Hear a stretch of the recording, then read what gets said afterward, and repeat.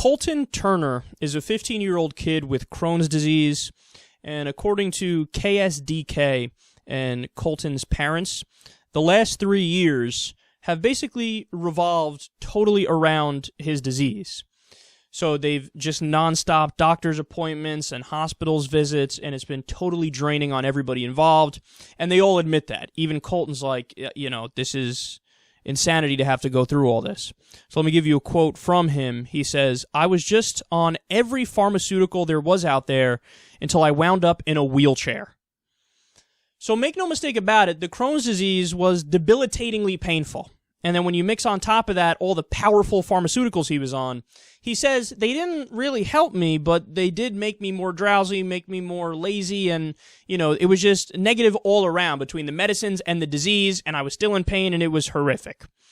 Well, a doctor suggested he try cannabis oil as an alternative treatment to all the pharmaceuticals he was taking. But there was a problem. The problem is the state laws where they live in Illinois prevented that. Of course, so it's like there's always a roadblock where the state is getting in the way of a common sense thing. So out of desperation, they decided, let's move to Colorado and let's give this a try. And since he started using the new treatment, he says he feels 1,000,000 times better. He says, quote, "It's great because I can finally do stuff that I wasn't able to do a long time ago. Like I can finally ride my bike.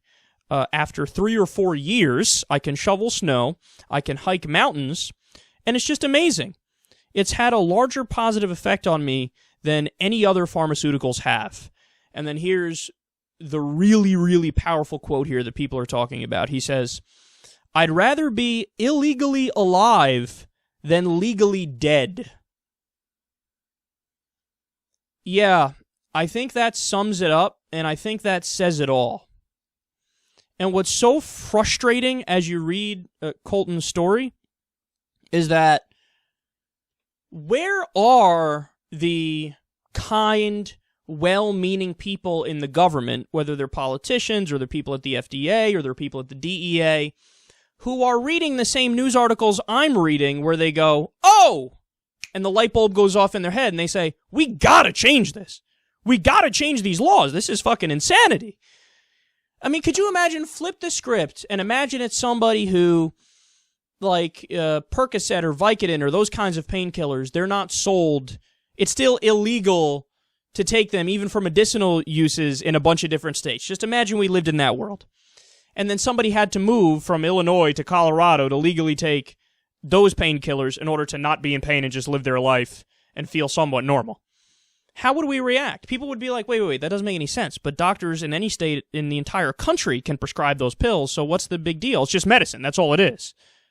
Exactly! Same thing with this! For him, it's cannabis oil that works better. He didn't respond well to the other drugs. So he's using it, and nobody can say he's not using it medicinally. That's a big part of the story. Nobody can say it. He has Crohn's disease. It's proven. The doctors say, yes, he has it. So it's just medicine. So how can anybody say in any state in the country, no, you can't use it here? Why? I got nothing. Me no likey drugs. Me believe propaganda I heard from my mommy and daddy. The fuck is your answer? You don't have an answer. Well, if anything, the answer is pharmaceutical companies, the DEA, who I just referenced before, and other people whose jobs depend on marijuana being illegal, they are keeping marijuana illegal because it's a jobs program. It's a jobs program at this point. We're still too stuck on a corrupt system, on a system built on bribery, a system built on poor incentives, and I'm sick of it, man. I'm fucking sick of it.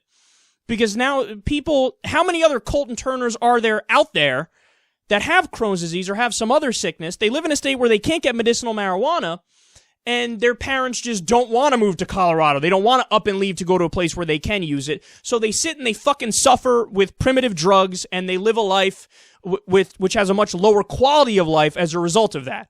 How many people like that are there out there? How many people are in pain, and the doctors won't prescribe marijuana, even though they know marijuana is the right thing because it's illegal in the state? How many of them are there out there? If this was any other medication, would we accept it? If it was anything that wasn't part of the drug war, would we accept it? if there was penicillin was banned in some states, but it's the only thing that could cure your infection, would we accept doctors just saying, I can't say it, even though I need to say it, but penicillin's the answer, but I can't say it because of the law? No, when the law is not just, it shouldn't be followed. When the law is not just, we need to change it, and we should change these laws immediately. At a federal level, allow medicinal weed. But of course, I'd go a step further, not even just decriminalize it, legalize it at a federal level, because if somebody wants to use it recreationally too, it's none of your goddamn business. You shouldn't lock them up in a cage because you disagree with what they do with their own consciousness.